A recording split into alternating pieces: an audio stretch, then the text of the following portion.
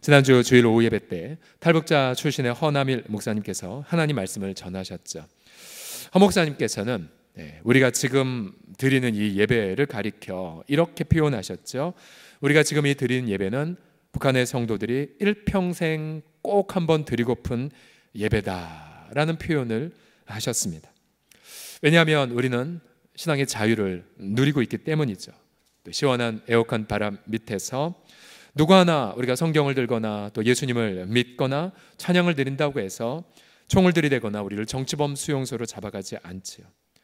또 저 쪽방촌에 사시는 분들을 보십시오. 에어컨 하나 없는 채 밤새 잠을 이루지 못하다가 새벽을 맞기 일수라고도 합니다. 허나일 목사님 이런 말씀을 하셨어요. 우리가 누리는 은혜가 너무나 일상이 돼버리면 그 은혜를 잊어버린다. 그 은혜를 망각해버린다라는 표현을 했습니다. 그래서 초심을 잃지 말라라는 그런 책망을 해주셨죠. 제가 이 이야기를 꺼내는 이유는 여러분들을 정죄하기 위한 것이 아니라 하나님은 우리에게 다른 이웃들보다 먼저 은혜를 누리게 하시는 부분들이 있기 때문입니다. 다른 지체들보다 먼저 누리게 하신 은혜를 가리켜 먼저 선자에 취할 취, 하나님의 은혜로 받았다라는 걸 강조하기 위하여 선취의 은혜라고 합니다. 선취의 은혜. 한번 따라해 보시겠습니다. 선취의 은혜. 시작. 여러분 이 용어 처음 들어보셨을 겁니다. 왜냐하면 제가 최근에 만든 말이기 때문입니다. 하나님이 먼저 은혜로 주시게 한 선물. 말 그대로 은혜는 선물이기 때문에 우리가 자랑할 수는 없습니다. 하나님이 주신 선물이기 때문에요. 그러고 보면 제가 제 인생 속에서도 선취의 은혜가 정말로 많더라고요. 어제 제가 설교 원고를 작성하기 전에 제가 누린 선취의 은혜를 하나하나 나열할까 하다가 그 내용이 자칫 자랑이 될 것 같아서 그렇게 그냥 내려놓았었는데요. 여러분 우리 공동체가 누리는 선취의 은혜를 한번 보십시오. 예를 들어서 이처럼 아름다운 예배당에서 마음껏 예배드리는 거, 여러분 이건 선취의 은혜예요. 또한 금융권에 부채가 없는 채 그냥 마음껏 하나님 일에 집중할 수 있는 것 역시 선취의 은혜이지요. 그렇죠? 또한 여러분 우리가 지난주에도 정말 많은 우리 아이들이 교회에서 1박을 하면서 이곳에서 수련을 했어요. 마음껏 우리가 다음 세대를 훈련시킬 수 있는 귀한 장이 있다는 거, 여러분 이것도 선취의 은혜입니다. 또한 지난 60년간 4대째를 이어오면서 눈물 뿌려 헌신한 수많은 많은 중보자들이 있다는 거, 여러분 이것도 말할 수 없는 그런 선취의 은혜이죠. 그러고 보면 헤아릴 수 없는 그런 선취의 은혜가 우리 공동체에 가득한 것, 얼마나 감사한지 모릅니다. 그래서 제가 개인적으로든 혹은 우리 공동체적으로든 이런 선취의 은혜들을 생각할 때마다 반드시 생각나는 본문이 있습니다. 생각나는 이들이 있습니다. 그들은 바로 우리가 방금 읽었던 르우벤, 므낫세 반, 그리고 갓지파가 바로 그들입니다. 르우벤 지파, 그리고 갓지파, 또 므낫세 지파 중에 약 절반가량, 줄여서 편하게 줄여서 르므갓 지파라고 제가 부르겠습니다. 한번 따라 하시겠습니다. 르므갓 지파. 시작. 자, 성경에서 이 르므갓 지파는 선취의 은혜의 하나의 상징과 같습니다. 한번 지도를 먼저 보시게 되면요, 12지파 가운데에 이들은 약속의 땅을 가장 먼저 취했죠. 이들이 차지한 이 땅은 위에 이 푸른색이 위가 바로 갈릴리 호수이고 가장 밑에 사해 바다고 중간이 요단강입니다. 바로 요단강 동편 땅은 본래 바산 왕 옥과 아모리 왕 시혼이 차지했던 땅이었죠. 그러나 모세 시절 이 두 나라를 정복하자 이제 비어 있었고, 그런데 민수기 32장 5절을 보게 되면 루벤 지파와 갓 지파, 또 훗날 므낫세 반 지파도 합류하는데요, 이렇게 요청합니다. 우리가 만일 당신에게 은혜를 입었으면 이 땅, 이 요단의 동편 땅을 당신의 종들의 소유로 주세요 라고 청원합니다. 그러나 모세는 이들을 강하게 책망했죠. 아니, 지금 다른 지파들은 땅을 못 차지하고 있는데 너희들이 먼저 땅을 차지하면 너희 공동체를 낙심하게 할 것 아니겠냐, 어찌 너희가 죄를 범하게 하겠느냐라고 무섭게 꾸질합니다. 근데 더 놀라운 것은 르므갓 지파는 이 모세의 책망을 듣고, 잠시 후에 다시 살펴보겠지만, 태도를 바꾸어서, 그러면 우리가 요단 동편에 우리의 양떼들과 어린 자녀들 위해 집을 짓고, 그 다음 우리가 무장하여 형제들 앞에서 또 여호와 앞에서 요단강을 건너겠습니다. 그리고 다른 형제들도 우리처럼 땅을 정복하기까지 저희 앞서서 싸우겠습니다 라고 결단합니다. 모세는 그들의 그런 헌신에 그렇게 할 것을 명령하고, 만약 그렇게 순종하지 아니하면 요단 서편으로 올 것을 명령했습니다.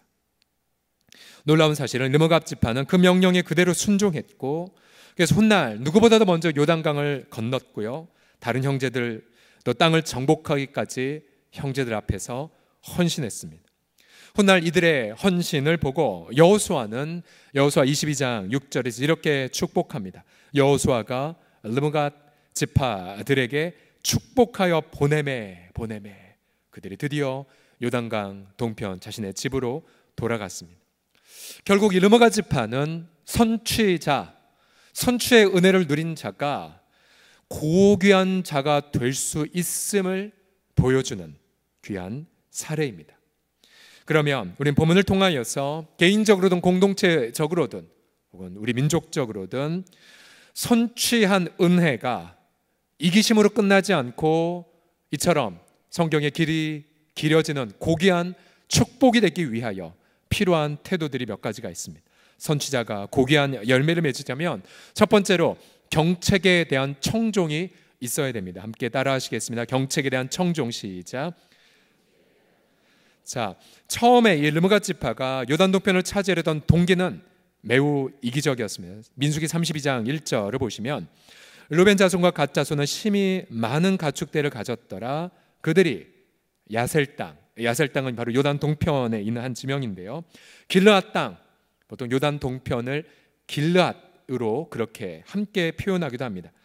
야셀 땅과 길르앗 땅을 본즉 그것은 목축할 만한 장소인지라. 자, 이들이 요단 동편의 땅을 탐낸 이유는 단 하나였습니다.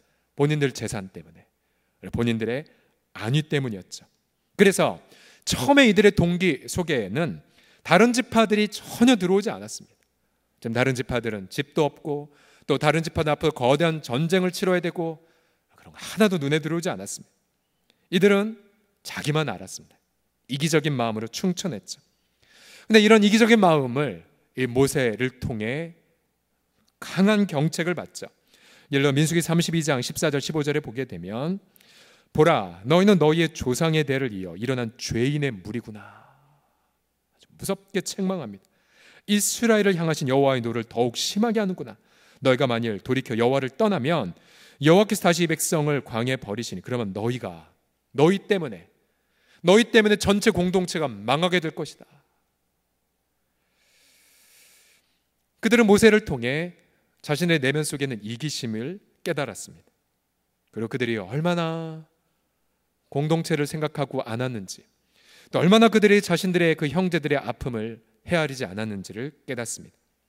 그러자 르므갓 지파는 모세의 책망을 듣고 반발하지 않았습니다. 그 자리에서 즉시 모세의 그 경책에 귀를 기울입니다. 민수기 32장 25절 이하를 보면 이렇게 대답을 하죠. 주의 종들인 우리가 주의 명령대로 행할 것입니다. 우리 어린아이들과 아내와 양떼와 모든 가축 이곳 길앗 성읍들에 두고 종들은 우리 주의 말씀대로 무장하고 여호와 앞에서 다 건너가서 싸우겠습니다. 이기심을 회개한 것입니다. 그들의 결심은 모세가 죽고 나서도 변함이 없었습니다. 오늘 우리가 읽었던 여호수아서 1장을 보면 여호수아가 그들에게 모세가 말했던 명령을 상기시켜 주죠. 모세가 너에게 명령한 것대로 너희는 형제들 앞서 무장하여 건너가 너희 동료들도 너희처럼 안식하기까지 싸우라는 것을 기억하라고 말하자 르므갓 지파가 이렇게 대답합니다. 여호수아 1장 16절 같이 읽겠습니다. 시작. 그들이 여호수아에게 대답하여 이르되 당신이 우리에게 명령하신 것을 우리가 다 행할 것이요 당신이 우리를 보내시는 곳에는 우리가 가리이다. 얼마나 고귀한 순종을 보이고 있습니까? 더 놀라운 것은 모세가 죽고 나서 일종의 이스라엘엔 리더십의 공백이 있었는데 그 리더십의 공백을 가장 먼저 앞장서서 메꿔줬던 분도 이 르므갓 지파였습니다. 우리가 모세에게 순종하듯 당신에게 순종하겠습니다. 더 나아가 우리가 읽진 않았지만 누구든지 당신의 명령에 순종하지 않으면 죽임을 당할 것입니다. 그래서 이스라엘 전체 공동체 앞에서 여호수아의 리더십도 세워줍니다.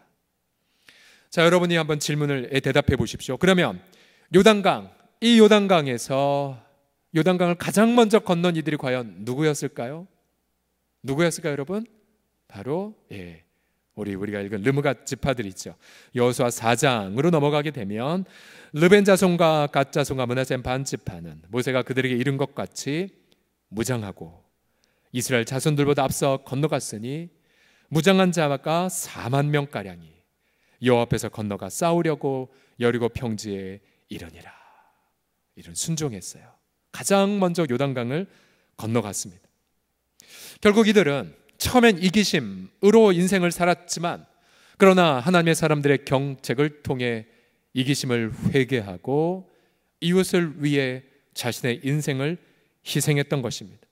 더군다나 이들은 사람의 경책으로 생각하지 않고 하나님의 음성으로 듣고 주님 앞에서 자신들을 헌신한 부분들이 있습니다. 4장 13절을 다시 한번 자세히 보시면요, 분명 12절에서는 그들이 이스라엘 자손들보다 앞서 건넜다고 표현하지만 그러나 13절 보시면 무장한 4만 명가량이, 그 다음 여러분 읽겠습니다. 시작.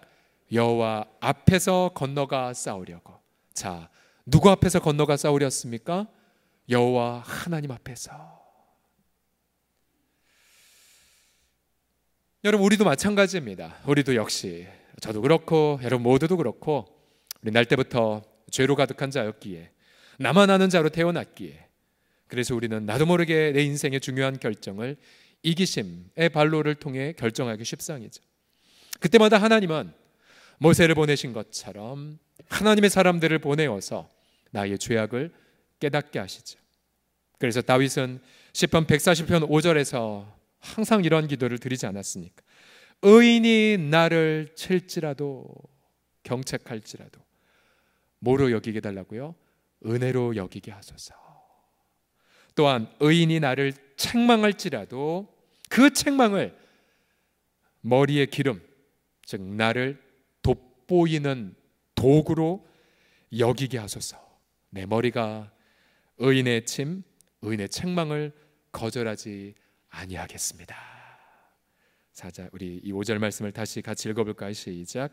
의인이 나를 칠지라도 은혜로 여기며 책망할지라도 머리에 기름같이 여겨서 내 머리가 이를 거절하지 아니할지라. 믿으십니까? 그래서 무엇보다 우리 형제들은 하나님이 책망의 선지자로 세우신 여러분들 아내의 말 청종하셔야 되고요. 또한 여러분들 가운데 세워진 모세와 같은 분들의 말들을 청종하셔야 됩니다. 그것을 은혜로 여기고 기름처럼 여기는 우리 모든 성도들이 다 되시길 예수님의 이름으로 축복합니다. 우리는 신앙의 경책을 설교나 권면을 통해서 경험하는데요, 때로는 신앙의 어떤 남겨진 삶을 통해서도 이런 경책을 체험합니다.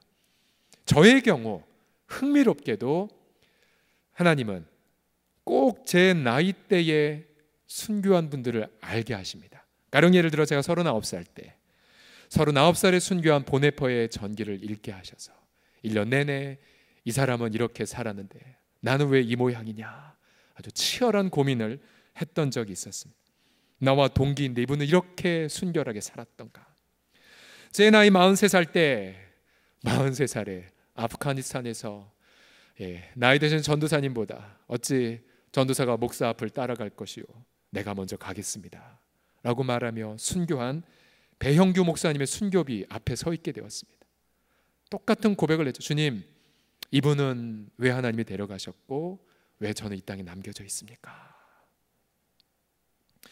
한편으로는 29살의 나이에 소천한 로버트 머리 맥체인 목사님, 29살의 나이에 소천하신 분, 목사 딱 7년 하시고 영국을 번역시키고 지금까지 수많은 경건의 모델로 남겨지신 분이시죠. 또한 최근에 여러분이 나누어 드렸지만 46살에 순교한 독일 틸만 선교사님. 저는 그분들의 인생을 바라보면 하나님, 제가 이곳에 남겨진 이유가 무엇입니까? 왜 하나님 그분들은 자신들의 아내와 자신들의 그런 아직 어린 아이들을 이 땅에 남겨둔 채 주님이 데려가셨습니까? 그들의 삶이 전하의 또 다른 경책과 책망의 도구가 됨을 많이 느낍니다. 여러분, 은혜 안에 일상의 은혜를 당연한 것으로 여기지 말라는 저는 오예배 때의 설교를 귀담아 드시고요, 끊임없이 주님이 어떠한 경로를 통해서 우리에게 들려주시는 경책의 음성을 듣고 안주하지 않는 우리 모두가 되시기를 그리스도의 이름으로 권면합니다. 옆 사람에게 이렇게 고백하겠습니다. 저를 제발 꾸짖어 주세요 라고 해. 시작. 저를 제발 꾸짖어 주세요. 네. 두 번째로, 선추자가 고귀한 열매를 맺으려면 형제의 안식을 위한 내려놓음이 필요합니다. 15절을 보시게 되면 여호와께서 너희를 안식하게 하신 것 같이 너희의 형제도 안식하며 그들로 너희 하나님 여호와께서 주시는 그 땅을 차지하기까지 하라. 그리고 너희는 너희 소유지 곧 여호와의 종 모세가 너에게 준 요단 이쪽 해놓는 곳으로 돌아와서 그것을 차지할지니라. 결국 이들은 다른 지파보다 먼저 안식의 땅을 받았지만, 그러나 그 안식의 땅에 안주하지 말고 다른 동료들도 안식하기까지 그들의 안식을 보류할 것을 명령받았죠. 과연 이들이 얼마나 오랫동안 자신들의 그런 안식을 보류했을까요? 여호수아서 22장 3절에 보게 되면 여호수아가 이렇게 그들을 칭찬합니다. 오늘까지 날이 오래도록 너희가 너희 형제를 떠나지 아니하고 오직 너희 하나님 여호와께서 명령하신 그 책임을 지켰구나. 학자들은 약 7년여의 기간이라고 추정합니다.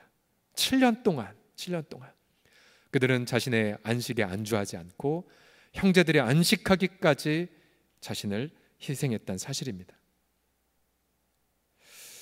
저는 종종 우리 언약 공동체 가운데에 안타까운 장면들을 종종 볼 때가 있습니다. 뭐냐면, 분명히 하나님이 이 르므갓 지파에게 먼저 안식을 선물로 주셨는데, 그런데 그 당사자는 하나님이 자신에게 주신 은혜의 선물을 고백하지 않고 마치 자신에게 아무 일 없었다는 듯 뒤로 숨는 경우가 종종 있습니다. 왜 하나님이 은혜를 주신 것을 나누지 않을까? 몇 가지 이유들이 있죠. 시기를 받을까 봐, 혹은 상처를 입힐까 봐, 혹은 이건 가장 악한 것인데요, 원래 하나님의 은혜는 그러한 것이 아니기에 너만 누리지 말고 우리 다 같이 침체하자라는 분위기에 편승하려고. 이건 굉장히 악랄한 거죠. 분명히 그런 게 있어요, 여러분들. 근데 여러분, 하나님의 관점에서 보게 되면 분명히 하나님의 일터와 자녀에게 선추의 은혜를 주셨으면, 여러분 우리 어떻게 하셔야 돼요? 은혜 주셨으면 하나님 앞에 기뻐하셔야 돼요.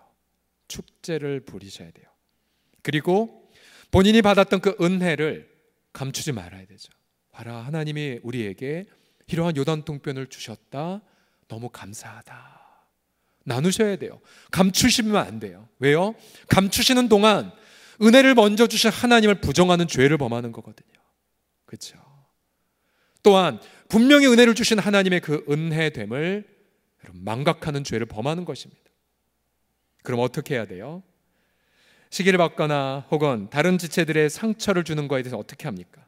여러분, 아주 간단합니다. 내가 먼저 은혜를 받았습니까? 그럼 다른 지체들도 내가 받은 은혜를 누리기까지 헌신하십시오. 그게 바로 성경의 정답입니다. 그래서 여러분, 하나님의 은혜를 선물을 주신 것, 선물을 주신 하나님을 높이십시오. 그리고 그 하나님 앞에서 기뻐하십시오. 그리고 그 은혜의 선물을 이웃과 나누셔서 그 지체들도 내가 먼저 받은 은혜들을 누리기까지 여러분 최선을 다해서 도우십시오. 이것이 오늘 본문의 은혜의 선추자들이 누리는 고귀한 결정입니다. 그러기에 여러분, 예수 믿는 성도들의 삶의 그 그림은 결코 우울하지 않습니다. 축제의 삶이죠. 이스라엘 백성들도 언제나 하나님 앞에 1년에 3번 이상, 일주일 이상의 축제를 벌이라고 말했죠. 너희는 여호와 앞에 기뻐해라.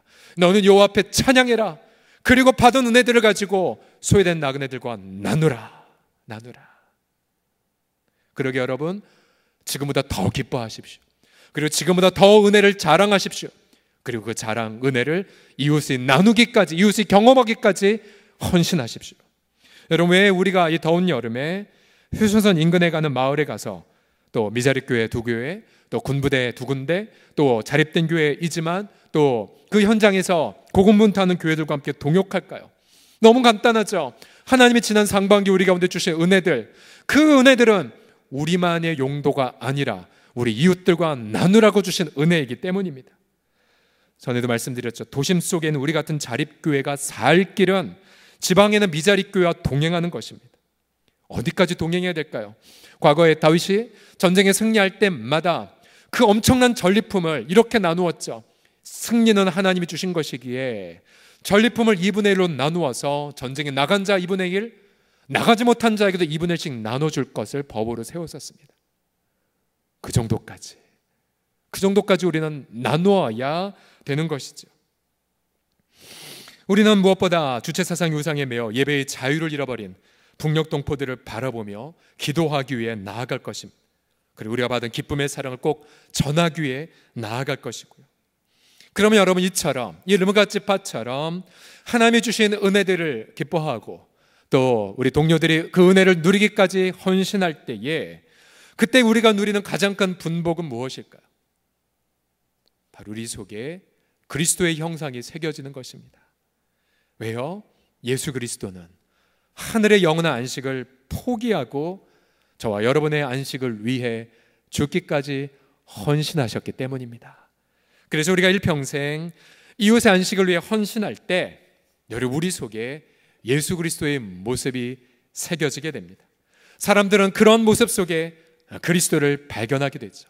그러게 여러분 잘 섬기고 계시지만, 그러나 지금보다 더 나누고 지금보다 더 거룩한 허비를 하시고 어리석은 땀방울을 흘리시고 그리고 우직한 그런 나눔을 실천하십시오.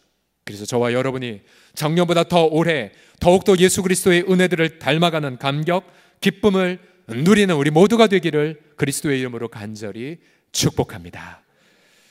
마지막, 선지자가 고귀한 열매를 맺으려면 다음 세대를 위한 해안이 필요합니다. 다음 세대를 위한 해안. 자, 이 고귀한 지파들, 이기심으로 시작됐지만 그러나 경책을 청종하고 또한 이웃의 안식을 위해 희생한 이 르므갓 지파, 이걸로 이들의 미담은 끝나지 않았습니다. 자, 이들이 모든 미션을 수행하고 고향 땅에 돌아가기 전 갑자기 이들 마음속에 큰 염려거리가 생겼습니다. 그게 뭐냐면, 이제 요단강 지리적 경계로 이제 나뉘는 지점에 쓰자 이런 염려가 드는 것입니다. 혹시 먼 훗날 이 요단 서편에 있는 자들의 후손들이 우리 후손들 보고 말하기를, 야, 너희와 우리가 무슨 상관이야? 요단강으로 이렇게 38선 가르듯 갈라졌는데 너희는 하나님과 상관없는 거 아니야? 그렇게 말을 함을 통해 자신들의 후손들이 하나님을 섬기는 것을 포기할까 봐 염려가 들었습니다. 그래서 이들이 생각한 방법은 이른바 기억의 제단을 쌓는 것이다. 기억의 제단. 여호수아서 22장 24절과 26절을 보시면요, 이제 이들의 그 세운 기억의 제단이 우상숭배다라는 큰 오해를 받자 이들은 이렇게 설명합니다. 우리가 목적이 있어 주의하고 이같이 했다. 곧 생각하기, 염려하기를 후일에 너희의 자손이 우리 자손에게 말하여 이르기를, 너희가 이스라엘 하나님 여호와 무슨 상관이 있느냐? 너희 르므갓 자손들아, 여호와께서 우리와 너희 사이 요단으로 경계를 삼으셨나니 너희는 여호와께 받을 분깃이 없어. 그래서 너희의 자손 우리 자손에게 여호와 경계를 그치게 할까 두려워해서 우리가 말하기를, 우리가 이제 한 제단 쌓기를 준비하자. 이는 우상 숭배를 위함이 아니요 기억을 위한 증거의 기념물이다라고 그렇게 말합니다. 처음에 이스라엘 전체는 르므갓 지파들이 결국 우상 숭배에 빠졌군라고 오해했지만, 그러나 르므갓 지파들이 본인들은 전혀 꿈에도 상상하지 못했던 다음 세대들을 위한 엄청난 기억의 기념물을 쌓는 걸 보고 이렇게 반응했습니다. 33절 같이 보죠. 시작. 그 일이 이스라엘 자손을 즐겁게 한지라 이스라엘 자손이 하나님을 찬송하고. 얼마나 이들의 마음에 큰 감동을 받았을까요?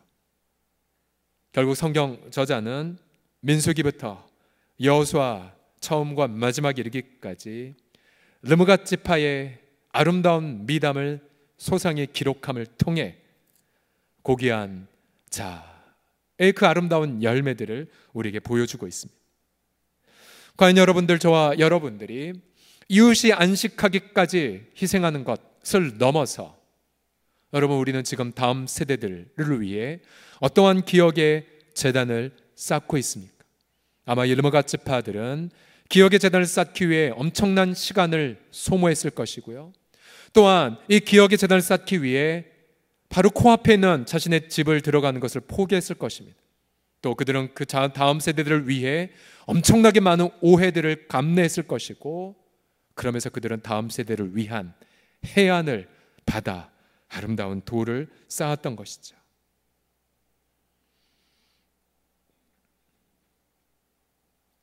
저는 지난 오후 허 목사님을 통하여서 작년에 이어 두 번째 블레싱 코리아를 향한 성령의 음성을 들을 수가 있었습니다. 작년에 우리에게 강렬한 눈물과 함께 이러한 마음을 주셨죠. 한국교회에 지금 촛대가 옮겨지는 것 같은 현상들이 보이는데, 촛대가 옮겨지지 않으려면 한국교회가 북한을 품어야 한다는 것, 그것이 작년에 주신 음성이었죠. 이번에 주신 음성 이것이었죠. 북한은 작년에도 수많은 많은 순교자들이 나왔고, 그래서 줄기, 잎사귀, 열매 남지 않은 마치 그루터벽밖에 남지 않았지만, 또 반대로 남한의 교회들은 겉보기는 화려해 보이고 큰 잎사귀도 있고 섬기멜로 가득한 것 같지만, 그러나 뿌리채 잘려지는 것 같은 그런 상황. 근데 이렇게 말씀하셨죠. 그러나 남한의 교회와 북한의 교회가 하나 된다면 그 나무 그늘 아래, 여러분 들으셨죠? 수많은 많은 민족과 열방들이 하나님을 경외하게 될 거라고.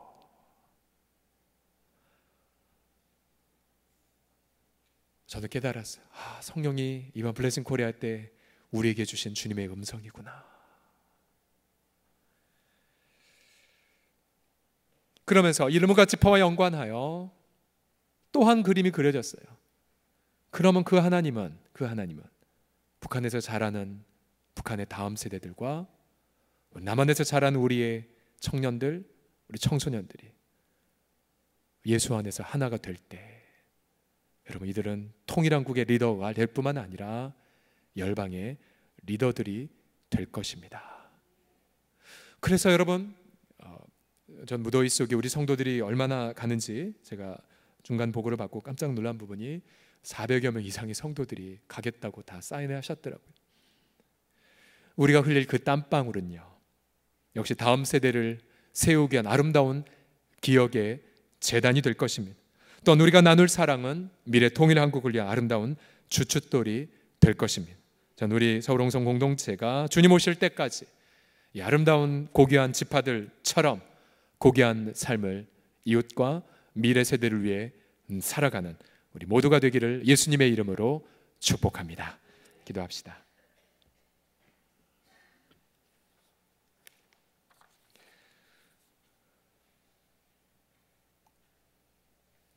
주 예수님, 오늘 말씀을 통해 우리 삶 속에 부어주신, 또 이웃보다 먼저 주신 그 은혜들이 생각나 마음이 떨리나이다. 그리고 우리 심장이 뜨겁나이다. 우리 개인뿐만 아니라 우리 가정들, 또 우리 교회 공동체에 부어주신 그 은혜가 주님 얼마나 크신지요. 주님이 그 은혜를 주신 이가 하나님이시기에 그 은혜 받은 것을 우리가 부정하지 않겠나이다. 그리고 그 은혜를 주신 하나님 앞에 우리가 마음껏 기뻐하며 경배하겠나이다. 또한 아버지, 은혜를 아직 누리지 못한 수많은 많은 우리 이웃들, 또 수많은 많은 우리 동료 교회들이 있기에 우리 겸손히 르므갓 지파처럼 하나님 앞에 무장하여 요단강을 건너가고자 하나이다. 주 예수님, 우리 주님의 그 마음 우리 가운데에 부어 주시옵소서. 예수님의 이름으로 기도드립니다. 아멘. 아멘.